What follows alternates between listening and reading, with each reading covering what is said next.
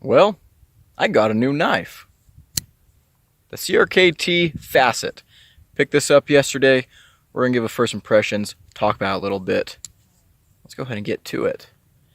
Got a little bit of a rainstorm moving in, it looks like. Let's try and get this done before that hits.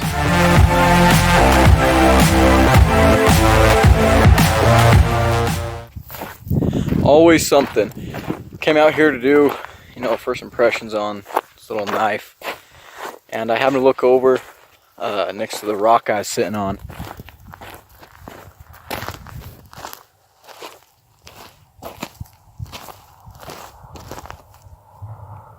Little dead mountain cow. Kind of a shame. I'm going to come back in a couple of months when all the skin and hair is gone, and I'm going to take that head. It's going to be nice. Just my luck. As soon as I sit down to film, the wind starts gusting. And it's not, man, it feels really good out here right now, but I know that wind is going to wreak havoc on the audio. Trying to find the best angle to do this at. That wind is bringing that rainstorm a little bit closer here. Let's show you guys the real pretty stuff.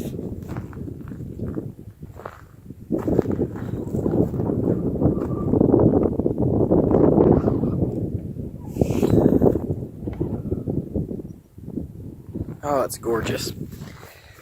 Okay, let's get this video filmed. Sit myself back down on this rock. It's been a long day.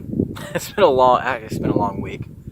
But today we're doing a first impressions video, and this is the first impressions video I have done in a while because I haven't had a new knife in a while. But yesterday I was at a Cabela's and I found this knife on sale for $36, and I figured I'll snatch that up, right? Obviously, I don't know if that's like a chain-wide sale at Cabela's. By the time you guys see this video, it'll be months after I'm recording it, so even if it is a store-wide sale, I'm too late to tell you about it. But it was a Cabela's in Texas, so, maybe that helps. Anyways, I was picking up some gear for tomorrow. I'm heading out in the field. I'm going to be out in the desert for 3 days, and then back for a little bit and back out for 3 more days, and I'm going to be going on field camp. So it's been crazy. Right now I'm parked here at a little campground. I was going to film this first impressions over there, but there's other people around there, and Gideon is not a people person, especially when I'm trying to film. So anyways, this is the CRKT Facet. It's a really good looking knife in my opinion. A really good looking knife. Designed by Ken Onion. Very clean lines. When I first saw this knife get released, I was very interested. Now that I have it, I'm really glad I picked it up. I think a regular price on these is like close to $60, which I'm not sure I'd pay for this, but picking up on sale, I'm really glad I did. Very classic blade shape. Kind of reminds me of the Benchmade 940. I've heard a lot of people say that. Some people are going to call this a reverse tanto. This is a spay blade. I'm afraid the wind might have prevented you from hearing me. Spay blade, not reverse tanto. It also has, it's spring assisted with ball bearings in the pivot. So CRKT's new spring assist is actually kind of interesting. I do like the feel of this. Very minimal flipper tab. It rockets out of there. It drops to there, and then of course you got that spring tension. But when you close it, it like sucks in to the closed position after you get past a certain point, which is kind of nice. One of my very early videos, I'm not sure if any of you guys remember this, but I had the CRKT Tuedo, and it had this assisted system, and I de-assisted it very successfully. Like, it flipped really well after being de-assisted. And that video had a lot of controversy. I had a lot of people telling me, oh no, the rest of them don't de-assist that easily and stuff. And I always meant to try it out again, but never got my hands on another CRKT. So I probably will try and de-assist this one and let you guys know how that goes. You know, that wind is really annoying for trying to film right now, but hopefully it brings in some rain and hopefully makes the next few days out in the field not so hot and miserable, right? Anyways, I'm going to try and wrap this up really quickly. Obviously, I bought this in a blister pack. I brought the blister pack out here with me. Materials, we have steel scales, although if it wasn't for the weight, you could fool me into thinking these were aluminum. I really like the way that these feel. Very, very, very nice. Centering is good. That pocket clip is perfect. I love that. Unfortunately, it's not reversible, so sorry, lefties. The jimping up here is also just perfect. The ergonomics are really nice. Yeah, it's just really, this looks like the type of knife James Bond would carry, in my opinion. It really does. Nice little backspacer there. I'm not sure what the blade is. I'm pretty sure it's 8CR or 4116. It does not say on the blade. The sharpening is pretty terrible. I'm not sure if you guys can see that, but it's pretty wavy. You know,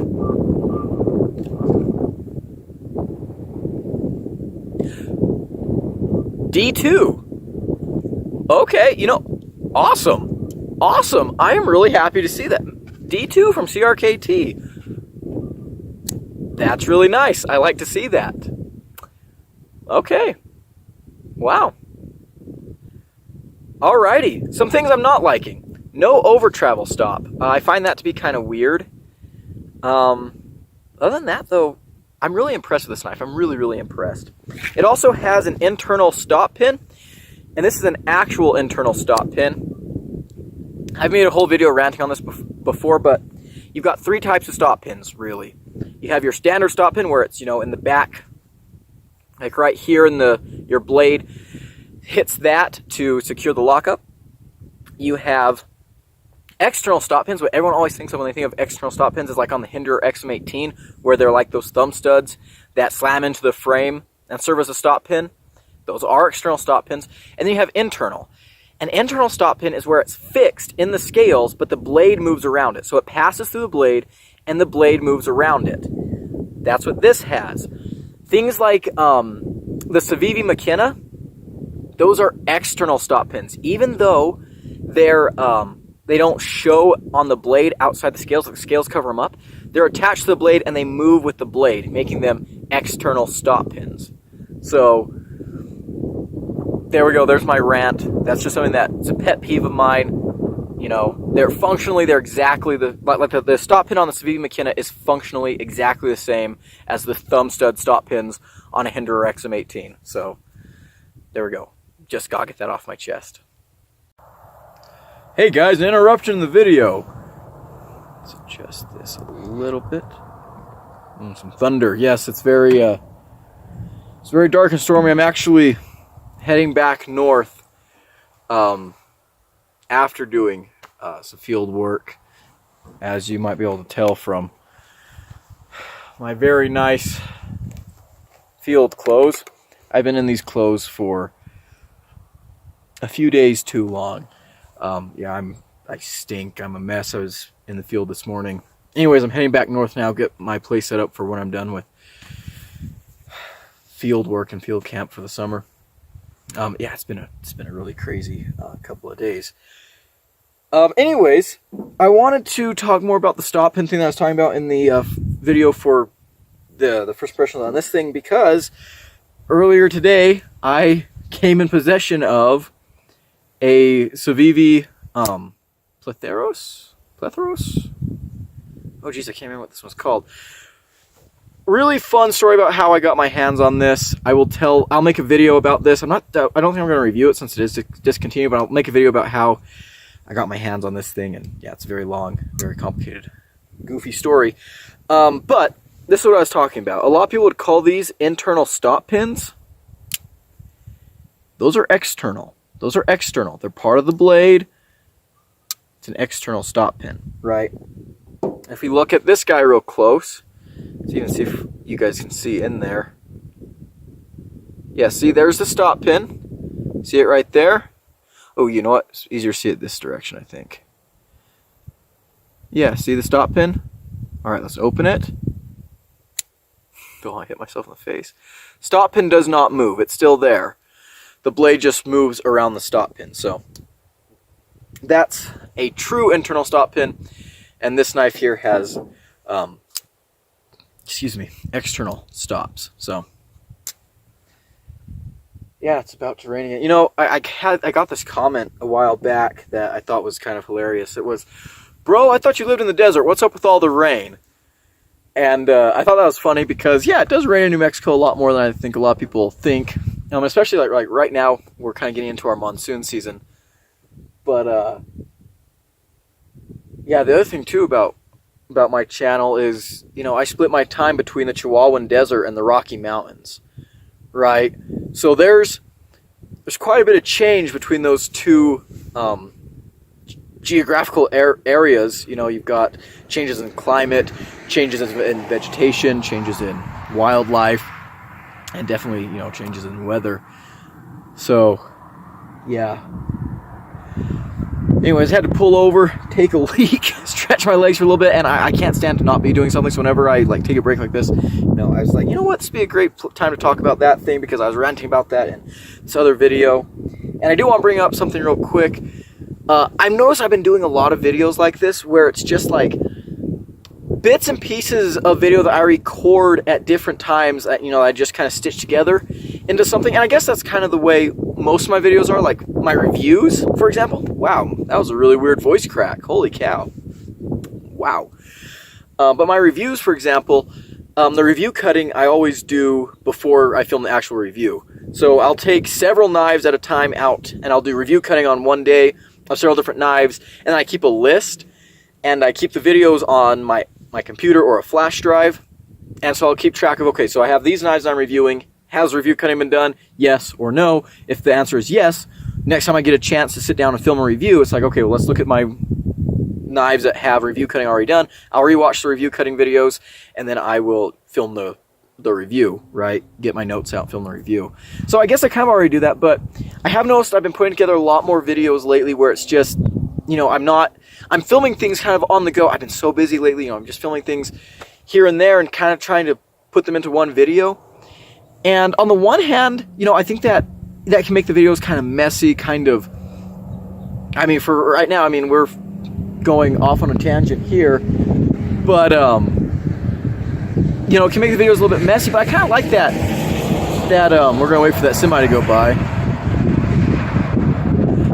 I kind of like that spontaneity. You know, I think it's, you know, I think the style for a lot of knife content on YouTube is you sit down at a table or you sit down and you do like kind of a one take thing and whatever, which is really cool. Like, there's nothing wrong with that type of content. In fact, maybe I should do more of that content, and I already do a lot of that content, right? I already do a lot of the, you know, sit down and do a one take thing at one time. But yeah, I do feel like this gives a little more spontaneity and, you know, kind of changes up the scenery a little bit, lets you guys see some new stuff. You know, it's not just the same knife on the table throughout, you know, 10, 15, 20 minutes or something. It, you know, switched it up a little bit. So yeah, I was just going to bring that up. Another thing I was going to bring up real quick too, speaking about field work, I made a little video about this a few days ago when I first went out in the field, but a lot of you, I think I'm just going to scratch that and replace it with this. A lot of you have asked about me sharing footage from my field work. It seems like a lot of you are interested in that. And in the case of the field work that I'm working on right now, the answer is no. There will be no videos or anything, because the research area is on a military base, and they told us no photos, no videos, can't share stuff. And yeah, getting clearance to even do the research out there was kind of, pain in the butt, background checks and training and, passwords and passcodes and, the scheduling with the Army and everything. So, it's just, we're lucky to be out there in the first place. And, yeah. So, unfortunately, Uncle Sam says, no videos or anything from that, but I do have other research and stuff that I will, you know, other field days and things I absolutely can post about, so you'll probably see videos from there. But anyways, that was a way too long interruption in the middle of this video. I might split this up a little bit. Let's go ahead and but yeah, I actually, back in my truck, I have a Civivi Imperium that would actually make a really good comparison to this. Maybe we'll do that here in a little bit. It's about to get dark. The wind stopped. Maybe I might try and refilm this whole thing depending on how bad the wind noise was. Let's check that real quick. Alrighty, real quick. Here's the Facet on the back of my bumpy truck bed compared to the Civivi Imperium. My gosh, you guys gotta stand up for me.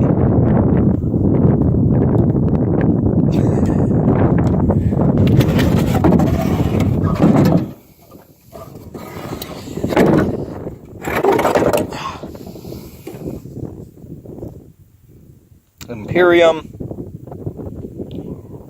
Facet, and yeah, the Facet really does look very classy. It's so good that I just conveniently had this in my truck. There we go. Something else I actually want to point out while we're here is the subpar sharpening job. Come on, camera, focus on here. Look at how wavy that bevel is, especially out there towards the tip.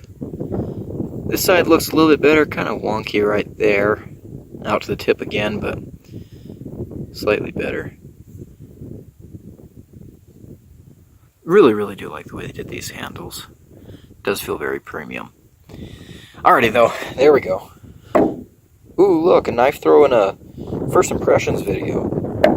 Double knife throws. Alrighty, we're not going to refilm this. It's getting dark pretty quick. But yeah, there we go. CRKT Facet. Very sleek. Really cool looking knife. Actually, this has been my EDC pin for a while. Review coming soon. I can't remember the name of this pin. Just some random ass pin I bought off Amazon. But they make a really good little pair, I think. The name Facet.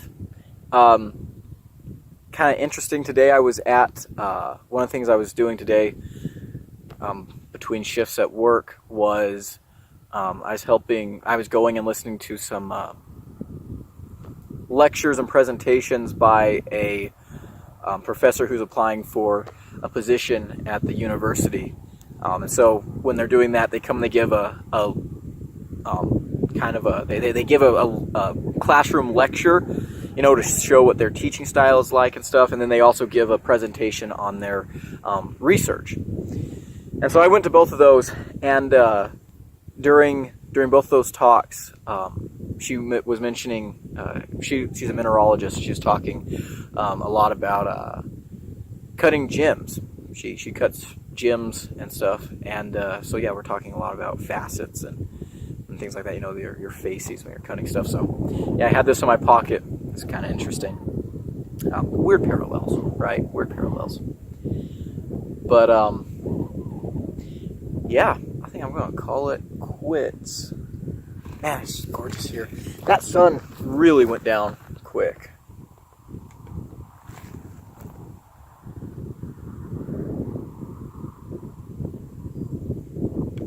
I think we're gonna have a really pretty sunset here in a little bit. All right, well, that's it for me today. CRKT Facet review coming in, I don't know, probably 6 months. But there it is. Thank you so much for watching. I hope you have an amazing day. If you like this video, leave it a like, comment below, and subscribe. I've been Gideon, and I'll see you in the next one. Adios.